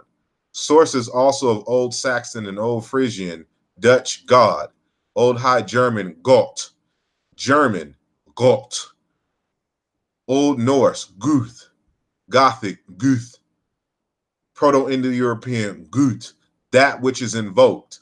Source also for Old Church Slavonic Zovo, to call, Sanskrit Huta, invoked, an epithet Indra, from root gu, to call or invoke. Now, remember that the root is R, and that same R is the same word for speech in African languages, including Egyptian. So when we saw iri, to recite, the word R itself just means words or mouth in Egyptian. And so it's the basis of the words for language. And because of this paronymy, these concepts are connected. So we're talking about that which is invoked. And so you can see on this slide here, I created this table to better illustrate this fact. So the Chiluba and the Chicam, have this same root. So R, to separate, to towards, Eli, to make, leave, or exit from oneself. So anything that exits from an epicenter, a sound, an idea, speech, or an object, to emit, to express, to speak. And so this root here, Eli, just brought it down. Eli means to speak. Then we have R here, mouth, speak, in Chicam. Ilela, make, a, to do. Then we have Akula, talk, express. So remember, it's a KL word root in Chiluba. And so this same root, remember, it means to emit, to express, to speak, to make. That means to do. So Bukole, energy, spirit, is the noun, the nominalization of the verb meaning to do, to make, to create. Energy, spirit, that's what it is. And so from there, Nkole, a god, powerful man. So that's what you see here. So we see how it is expressed here in Chiluba. So the same thing in Egyptian. Mouth, speak, iri, to do, to make, iri, to recite, ka, spirit, because remember that Ker is the original form of Chur in Netr, and then ka, to say, or Ker, to say. And so the palatalized form, Netr, God, spirit, and then Chirit, to complain, a complaint, still having to deal with speech. It's all the same. It comes from the same root. So, when somebody's talking about that which is invoked, a god, is because they come from the same root. And so here's a different series of correspondence within the Egyptian to show exactly what I mean. So remember what I said, that this sound is a nasalized uvular trill. It is an R. So this is KR, a nasalized uvular R. So in one direction, we have kar, meaning to be powerful. It's it's a partial reduplication. It's supposed to be kar, or inkera, be powerful. And this concept of being powerful, goes to this variant here, to carry or to support. So you have to have strength in order to carry something. So from being powerful to, with these suffixes, it means to carry or support. But remember, a spirit is a being that can do work. And to have power, you have to have the ability to do something. Which is why with the T suffix, it means work that has been done. And so we see this word carry, support, and this word work has the same exact determinatives or classifiers. A man with something on his head, walking, carrying something, doing work at the job. So you can't be a netcher without having a job or doing something. Can't be a bum. And so from this notion of being powerful also defines the bull in ancient Egypt. So it's a big, powerful animal, a ferocious animal. That's why ka is applied to the word for bull or oxen. And so in this other direction, because it comes from that root meaning to emanate, to speak towards something, you have the word to say. And from there, the word name and personality. And so you should actually have on here soul. So your soul, and this is discussed in Nesubiti, is your name. When you reincarnate, it's because someone has named the children after you've died. That's what a soul is. It's just a name, a personality. But it comes from this root here meaning to say. And we'll prove that in a second. And so what I want to show here is, again, remember I mentioned that the Egyptian language is monosyllabic. And so this is the root. This is another word, but it's related to the word God. So this is the J sound and the D sound, to say, to tell. But notice in the coffin text that the Jet, or, is a divine being, a God. The word to say, to tell, and a divine being, God. And so we see with a different prefix, and once they drop the D, it still has the same root, the same monosyllabic root, but now it has a different semantic connotation. To command, would you command, decree, with jet, decree, with jet, partial reduplication. What is commanded? And it should be known that this J sound derives from G. So and remember the O's that we saw earlier. This is God, God, to say, to tell. In other words, to invoke. And so when you have in Proto-Indo-European, there's going to be another lesson on the relationship between African languages and Proto-Indo-European. Gut, that which is invoked, to say, to tell, gu, to call, to invoke. And so we mentioned in Bowley's work, in the last part of the book, he deals with the relationship between Indo-European and Negro-Egyptian, and how Negro-Egyptian speakers help to influence and develop major aspects of Proto-Indo-European. And so, he did this by a series of regular sounding meaning correspondences. And so on page 565, we're going to deal with that G sound in the beginning.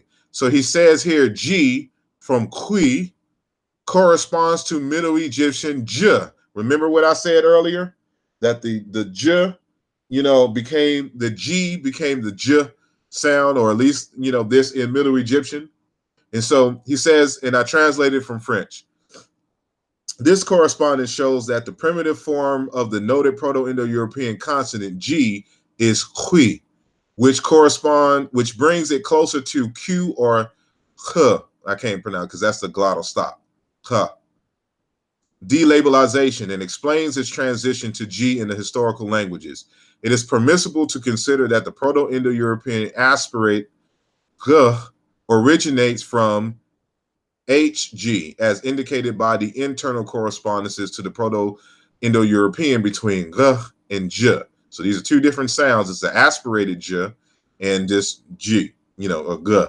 And so compare Gal to call. So Proto-Indo-European Gal to call, Gal to call. So these are two different forms of the same word. So if you see a form with GH, or if you see a form with G, they're just dialectical variations of the same sound. They're allophonic in many respects. So in Proto-Indo-European, you have Gal to call, and then Gel to call. And then you have another variation, Gel cold and Gay cold. That's what id means. It means the same. Thus, Proto-Indo-European G behaves exactly like Proto-Indo-European D. That is to say, as a voiceless, labelized occlusive. And it must be the same for G, the emphatic G. This is confirmed by the corresponding Negro-Egyptian words. So when we talk about G, correspondence, this J in Middle Egyptian corresponds to G in Proto-Indo-European. And so remember that the form is gut in Proto-Indo-European. But that corresponds to T and D's interchange. So Middle Egyptian T, G, and D correspond to T and D, coming from Twi and Qui, respectively, in Proto-Indo-European. So Negro-Egyptian Tu, a labelized, variant of this T, generally corresponds to Proto-Indo-European D, but only in the Hittite can have both D and T. On the other hand, in the other Indo-European languages, the entourage can decide on the final form. This Proto-Indo-European correspondence and alternation does prove the existence of a Proto-Indo-European phoneme, which can either be reduced to T or evolve towards D. The comparison with the Negro-Egyptian makes it possible to assign it to the value tu. Perhaps realize as Again, that glottal stop, which I can't pronounce. The analysis of the results of Proto-Indo-European D, Hittite D or T or Latin D, English T, makes us think that this is actually the famous tw, because this wonderfully explains why it was a T in some languages and Ds in others, and T or D in Hittite. So just showing that on these consonants, we have these correspondences, and you find that word God, meaning speech, to call, to invoke, and divine being in Middle Egyptian and other languages. And so I'm gonna get on this notion. You remember when we're talking about a spirit or a soul, and this form we said in, for example, among the Akan, they say okra or kla, okra or okla. And so in this text here, Traditional Religion in West Africa, Modupe Odeoye has an article in there, and but it's edited by a E.A. Ade Adikbola. And he talks about the okra or the nTr. That's what the Akan called nTr. They have the older pronunciation okra, okla, which is, he says, we can then think of kra or kla as consciousness, that part of a man that responds to a calling.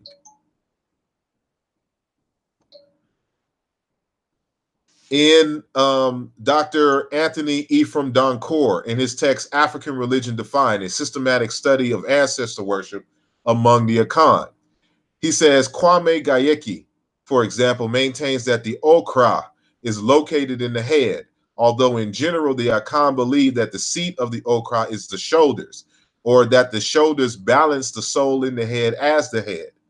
The seat of intelligence sits on the shoulders. Still, the fact is that to call anyone by name is to call the soul of that individual.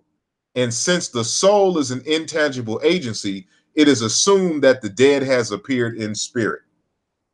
So souls you call, gods you call, you invoke. There's a semantic relationship between these concepts. So, and I wanted to show, can you, Brother Unc, tell me if you can hear, or whoever's on, if you can hear this video when I play it. And so those who are listening in the chat, I'm gonna try to play a video, and you let me know if you can hear me actually play the video. I'm pretty sure you'll be able to see it, but I won't be able to check it out with you. I won't be able to know if y'all can hear it or not. So I'm about to play it. But what I'm telling you right here is like, if I was a lone ranger, nobody like me, and I did what I did for you, what are you going to tell the other people? So, I'm gonna pause it for a sec. Anybody on the line, were you able to hear that?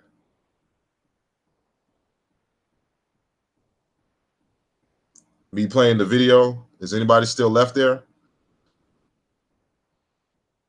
See, I can't see.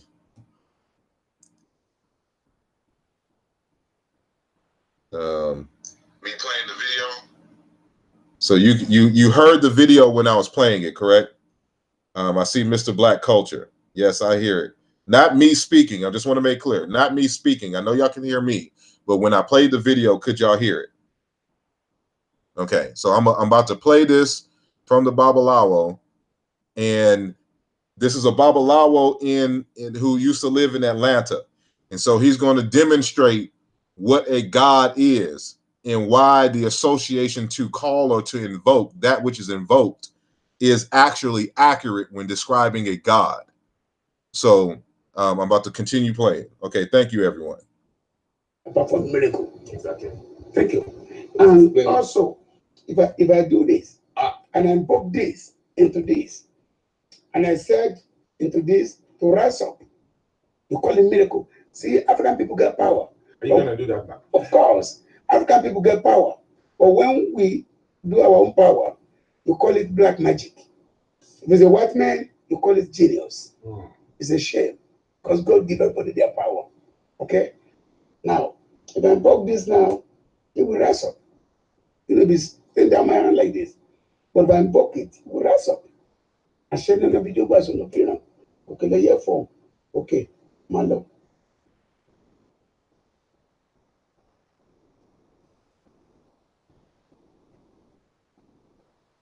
See? So you invoke it and tell him to go and sit down.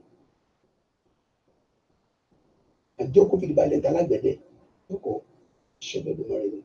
The video guys on the piano. See? You can see the way it goes. You know? Wow. So the more you see, the more you know. If you don't search, you don't go places, you don't know. So hopefully y'all were able to see that. Again, if you weren't able to see it, again, the video is, you know, it says intro Babalawo of Atlanta part 2. I think I started it around 7 minutes. And so if you paid attention to it, you saw that let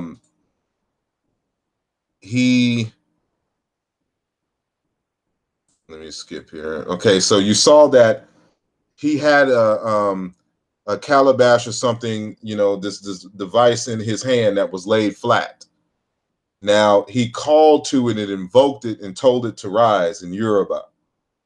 And the thing in his hand rose. Now, I don't believe this to be trick camera, but I'm not here to debate whether that was a trick, you know, a camera trick or anything to this nature. But what you can gather from the video is that there is a spirit inside of the jar or whatever it is that he had. And in order for it to rise, he had to call it.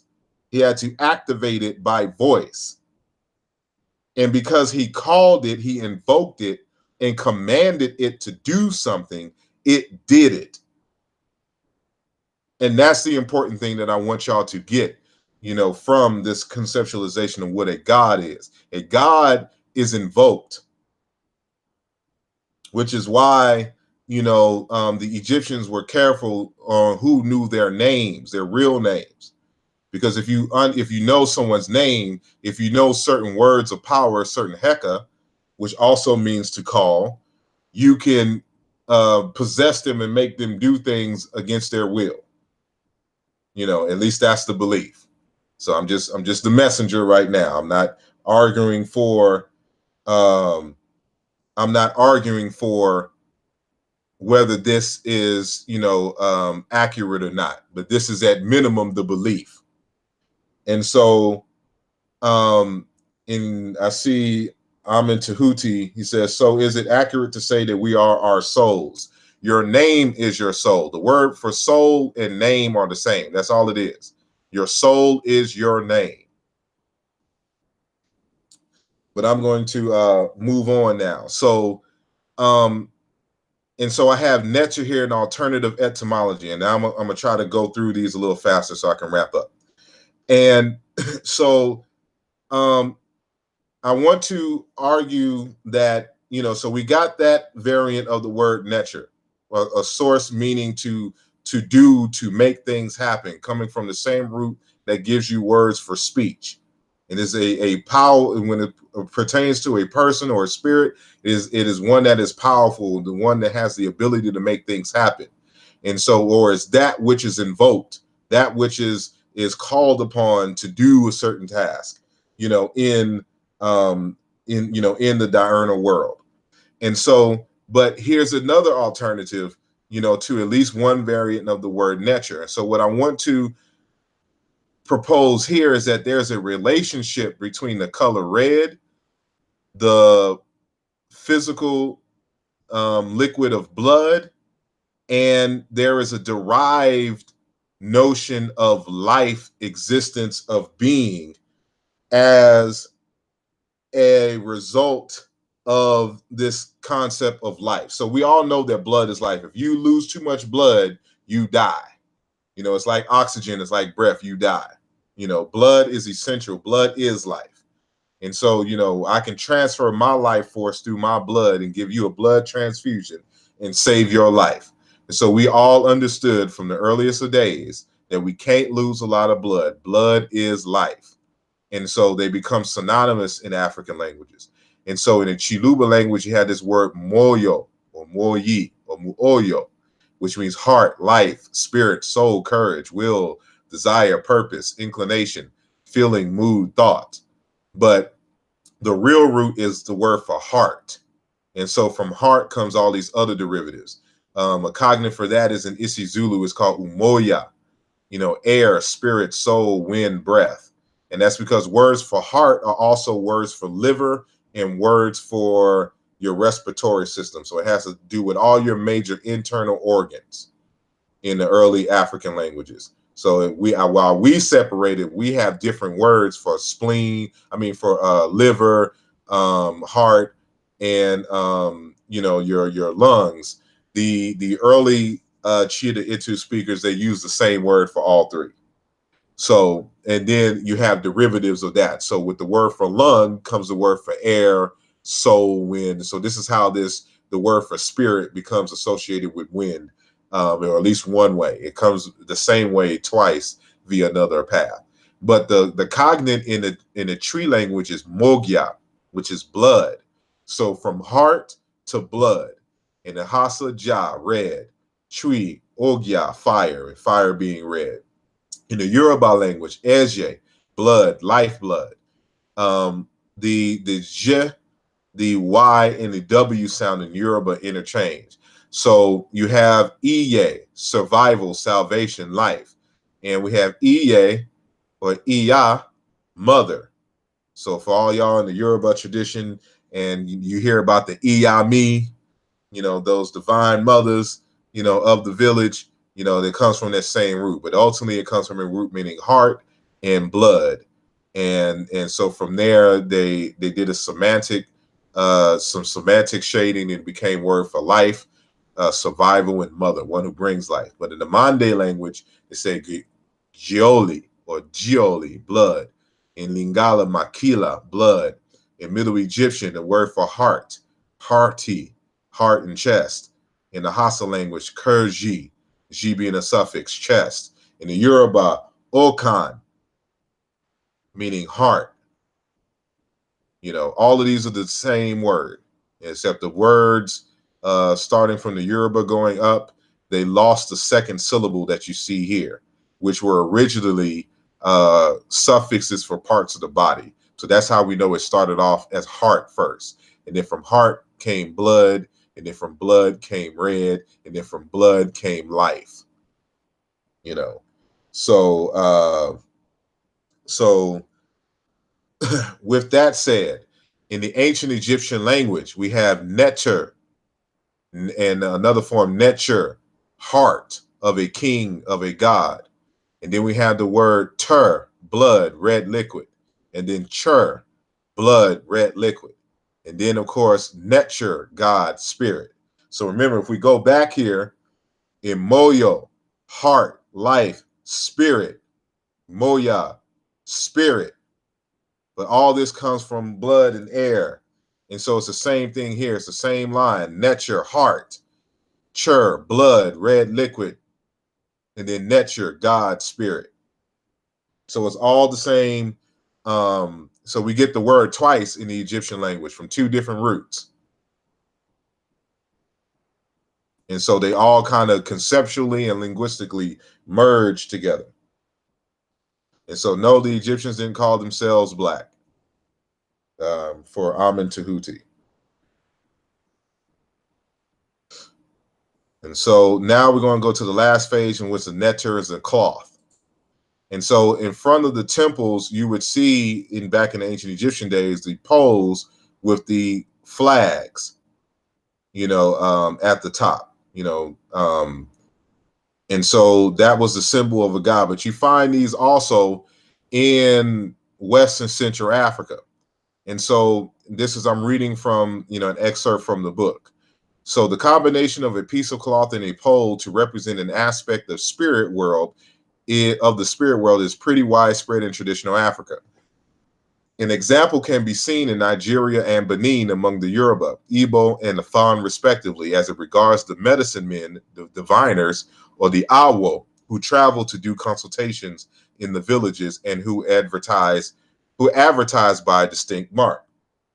So in Agdebola, again, that book on West Africa, on page 66, talking about the Babalawos, he says that they were pastors, advisors, consultants. They hardly preached. The closest to their function in the work of ministers of the church is the pastoral counseling in one-to-one confidential situations. So, you know, if you've ever visited the Babalawo, you have one-on-one consultation where we do divinations, and we bring up the old dues, which will help you in your situation in life at that time. So, and yet from this base of privacy of Awo, their reputation was noised abroad by word of mouth, and worried people traveled to consult them. Over their dwellings, they hoisted a white cloth on a pole. That white cloth is the Babalawo symbolic way of announcing, here you may ask of God. And wherever in Yoruba land, in Igbo land, or in Dahomey, one sees the white cloth fluttering atop a pole, one knows wordlessly that there dwells a wise man, a medicine man, perhaps also a magician, invariably a man of God. So you see, all the way over here in Yoruba land, far removed from ancient Egypt, the cloth hanging from the pole still symbolizes the exact same thing. So I'm answering this question, you know, that Brother Unc brought up earlier. So in my book, I also interview, so I do a little bit of field research, a brother by the name of Dr. Bavumavaranda T. Moyo. He's a PhD in chemistry. And he lived in Houston, Texas. I think he lives in Florida now, but he's originally from Zimbabwe. And so he's from Binduran, Mashonaland Central, and he's of the Mukaranga or the Inkalanga people. These are the people who built the great, you know, Zimbabwe temples and monuments that you see down there in Zimbabwe, you know. And so that's the name of the ethnic group. So he belongs to that group. And so I had asked him some questions, you know, about funeral rites. And this is what he told me. So basically, I'm reading again from my book. So during a funeral among his people, talking about Dr. Moyo, there is a cloak that is used to cover the deceased.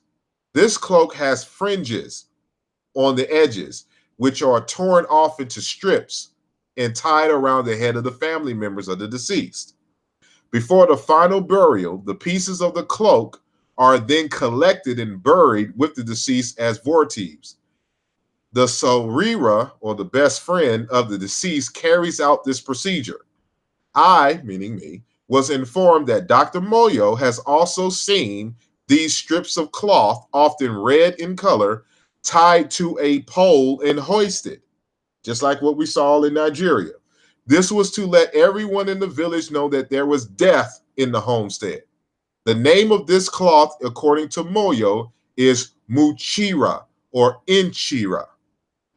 A Shona Bantu dictionary has Jira, cloth.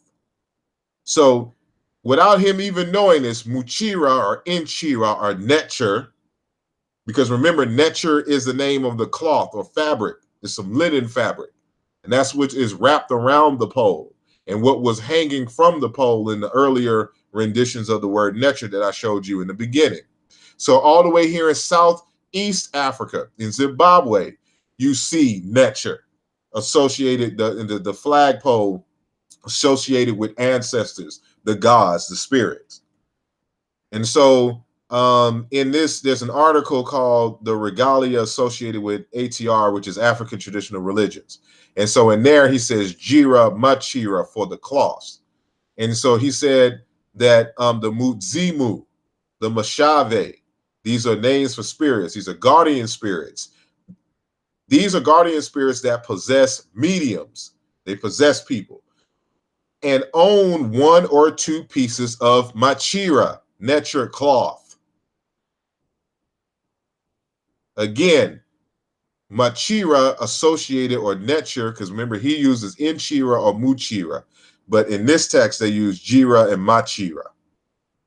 So just dialectical variations for this cloth, and this is an example of the cloth of Muchira, you know, right here with these kind of step pyramid type designs in them, you know, and so they're associated with guardian spirits, the Muzimu. And, you know, the Muzimu is actually cognate with the word, which we say Aku in Egyptian. But you'll see how that is the case. This is an exact cognate, Zimu.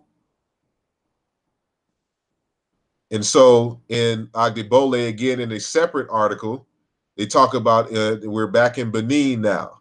And so the Osogbaye, which is a shrine, it's a shrine, not necessarily a shrine, what is an altar shrine. And they say at the worship of Osogbaye, which is the one rare clear instance of the worship of the supreme being, a pole is dug into the ground with sand piled up around it.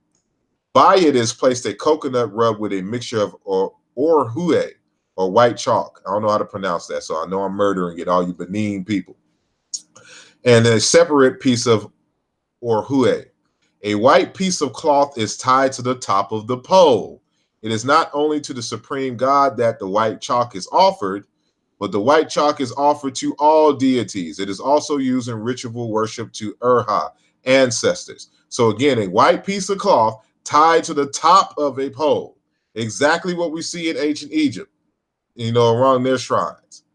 And so Robert Ferris Thompson, in his article called The Face of the Gods, the Artists and Their Altars, there's actually a book titled by this as well.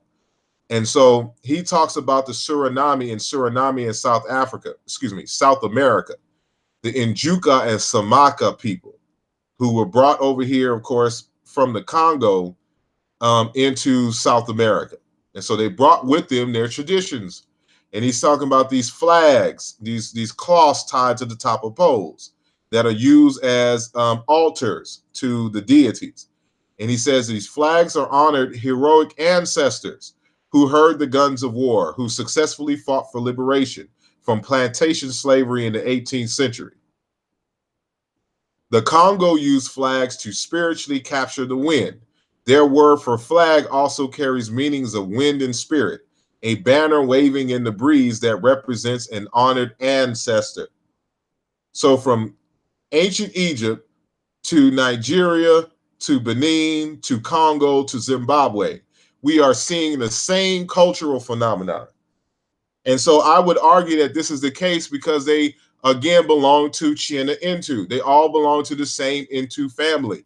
And so these concepts were brought spread out with them as they came from their central location of origin. And so this was brought into New Orleans from the Congo as well.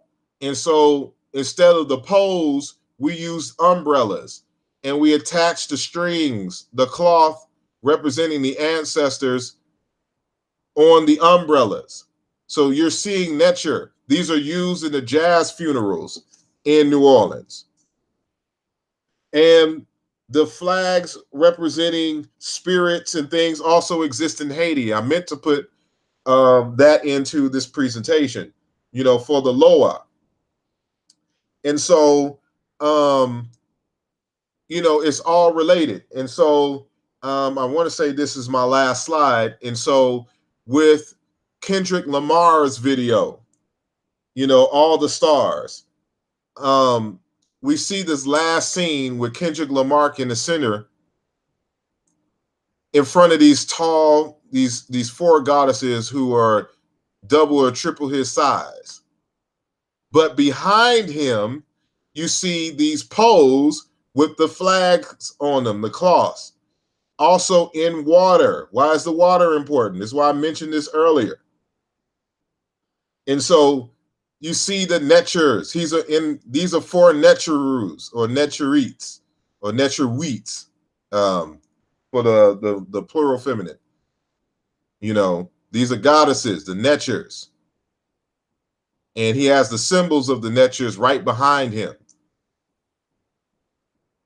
And so that's the last, of that slide. So again, y'all got the extended version, and I hope what I said makes sense.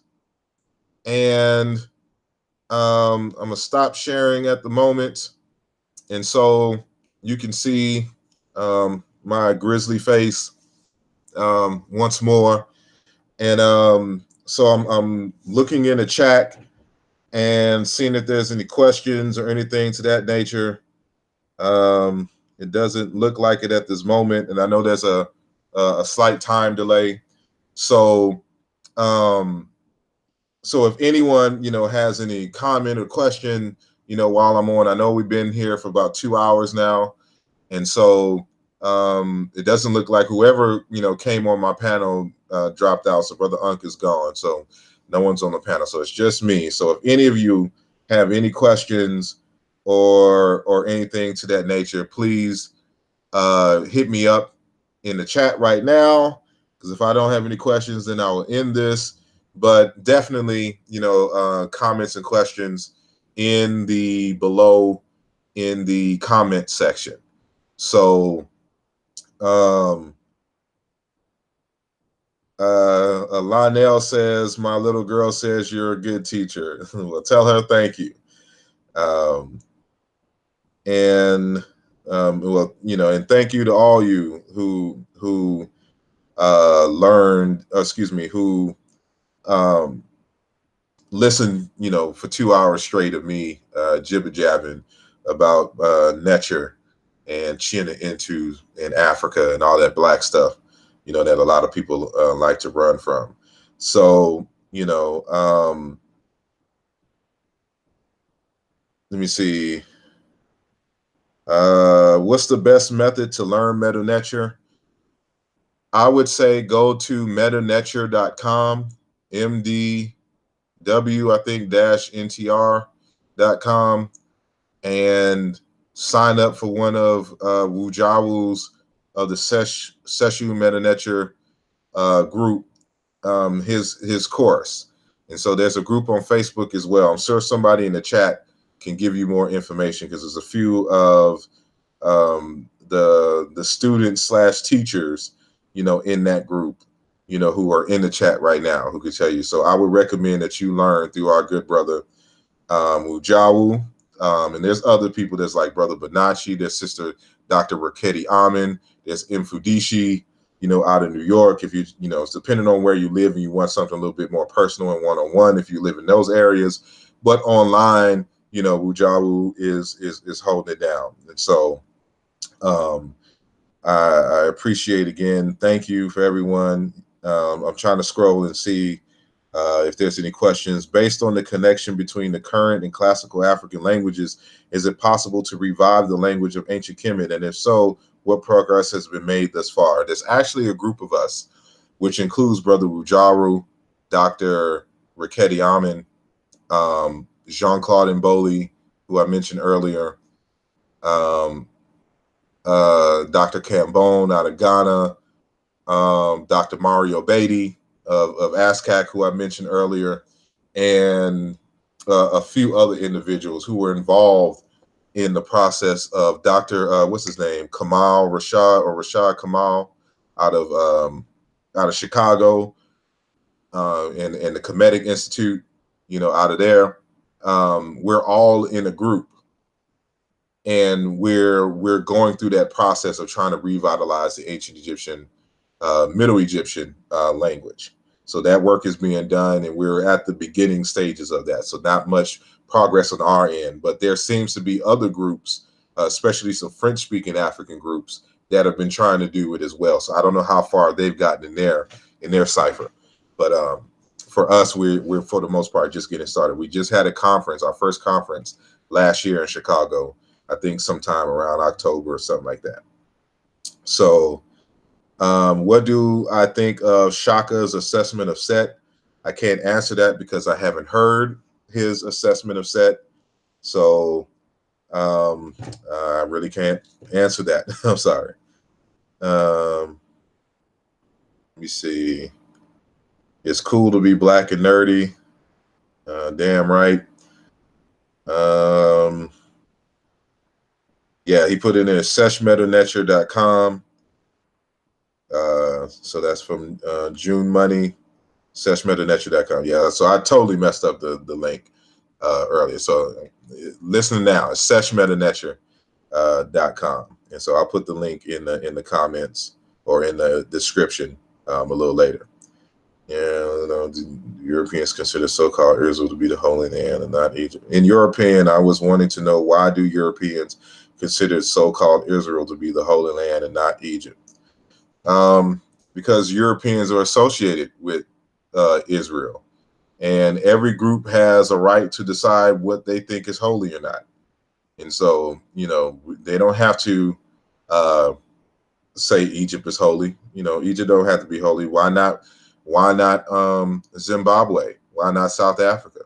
Why not Nigeria be the Holy Land? Why not Senegal? It's all God's green earth. And so people just choose what they want to be holy or not. Do you think that's where nations' flags come from? Maybe, maybe not. I'm not sure. But, well, certain flags or certain spirits represent the spirit of the town or the village. So it may have evolved from there. I can see that happening. And saying, does the ancient Kemetic spiritual system align heavenly with metaphysics? It depends on how you define metaphysics.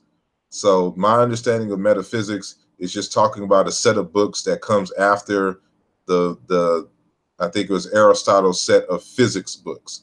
That's where metaphysics comes after the physics. So he's talking about a set of sciences that came after the set. Like you see the books aligned over here. So I have one book. The last book was physics, and then whatever was after that is metaphysics.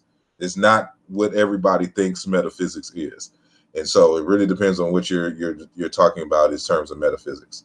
So doesn't look like there's any more questions. So I will end this. And so if you have any questions or comments, please leave it in the comment section. So once again, I appreciate everyone for tuning in and staying with me this long, especially on a Friday night. Y'all could be at the club, or y'all probably getting ready to go to the club. I don't know. But you chose to sit here, with me. So I appreciate you all. Thank you all for listening. And I'm about to go make me a snack. So God bless you all. Praise to the ancestors. Ashe, ashe, ashe. To. Peace.